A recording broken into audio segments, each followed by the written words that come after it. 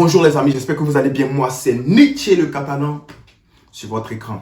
Les amis, vous savez qu'au football, il y a plein de choses qui peuvent s'apprendre. Notamment en attaque, vous savez comment tirer, ce genre de trucs, comment se déplacer lorsqu'il y a 3 défenseurs, comment se déplacer lorsqu'il y a 2 défenseurs, comment faire un fake shot, ce genre de trucs là, ça s'apprend. Mais il y a un truc qui ne peut pas s'apprendre en attaque. C'est le flair en fait, le flair du buteur, cette manière de se déplacer là, sentir le but en fait. Vous savez, les gars comme Haaland, ils ont ça, les gars comme Cavani, ils ont ça. Mais on va parler d'un gars aujourd'hui, spécialement Kun Agüero. Kun Agüero au Barça, je prends, je suis partant, générique.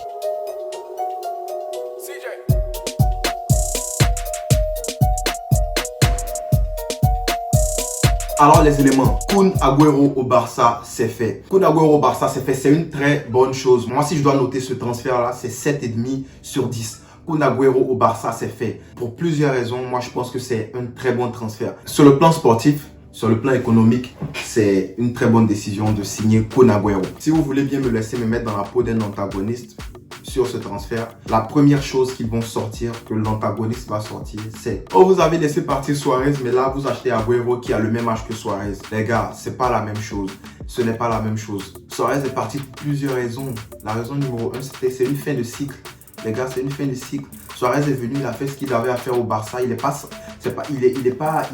là pour rester au Barça. Il a fait ce qu'il avait à faire au Barça. Mais on était sur une fin de cycle. On voyait comment Suarez jouait, les gars. Arrêtez de vous voiler la face. On voyait comment Suarez y jouait.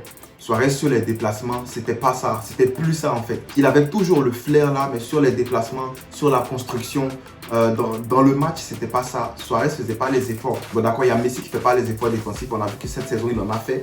Mais en plus de cela, tu prends un Suarez, c'est difficile. Suarez, en fait, c'était un cadeau du vestiaire. Donc, il jouait en fonction de son statut. C'est comme ça, c'est difficile. C'est dommage parce que lorsqu'on laisse partir un joueur de cette trempe-là, on ne le vend pas directement à un adversaire direct, un concurrent direct. On le vend quelque part d'autre. C'est ce qu'il fallait faire.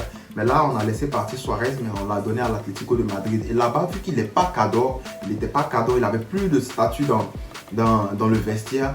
On lui a demandé de faire des choses, on lui a demandé de travailler. Simeone lui a demandé de travailler, c'est ce qu'il a fait. Vous avez vu qu'il a perdu du poids, il a fait un régime, il a perdu du poids et il défendait aussi. À l'Atlético, on défend. Il défendait aussi, c'est ce qui a fait que Suarez, plus tard, il va leur offrir cette Liga. Mais ça n'a rien à voir avec l'âge du joueur. C'est plutôt dans notre effectif, il fallait faire un ménage, il fallait commencer quelque part. Dommage, on a commencé par Suarez, après le karma nous prend.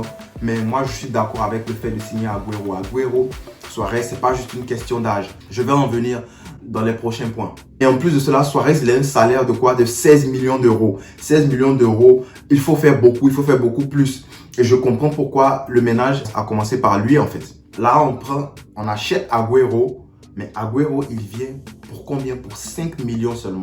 Agüero, il vient, il prend un salaire de 5 millions, on le prend gratuitement. Suarez gagnait le triple de ce que Agüero, il va gagner en étant au Barça. Donc déjà, je suis pour. Ça fait une très grosse différence de salaire en fait. Les gars, il faut prendre cela en compte. Les gars, revenons sur Agüero, vous savez que Messi, c'est le parrain de la fille d'Agüero. Donc il y a une connexion là entre les deux. Une connexion hors du terrain entre les deux. Et même sur le terrain aussi, il y a une connexion entre les deux. Je pense que le transfert d'Agüero, c'était vraiment stratégique pour pouvoir garder Messi au Barça. Vu qu'il a perdu des amis en Suarez, disons Vidal, le fait qu'on envoie Agüero au Barça pour un salaire qui est encore plus bas, ça va peut-être pousser Messi à rester au Barça, qui sait? Moi, je pense que si. Les gars, un autre point qui est super important, c'est que Agüero, il accepte de venir, mais il vient en doublure. Bon, les gens vont me dire, oh, comment tu sais qu'il vient en doublure, les gars? Quand on signe un joueur qui gagnait 15 millions d'euros dans son équipe et qu'il vient, il accepte de prendre un 5 millions d'euros au Barça, ça veut tout dire. Ça veut tout dire. Pour ceux qui n'ont jamais joué à FIFA, essayez de jouer à FIFA, vous allez voir.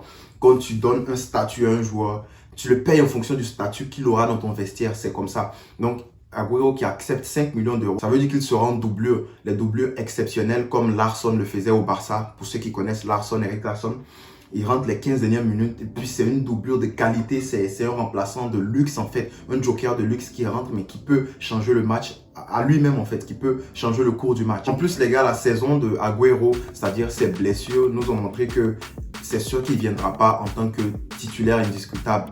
Mais il sera la doublure de qui? J'aimerais bien savoir ça. Est-ce que ça sera Braithwaite ou est-ce qu'on va vendre Braithwaite et se prendre un autre neuf? Moi, je pense que ça serait la deuxième option. Mais l'autre neuf qui est Bion, Côte de Fer.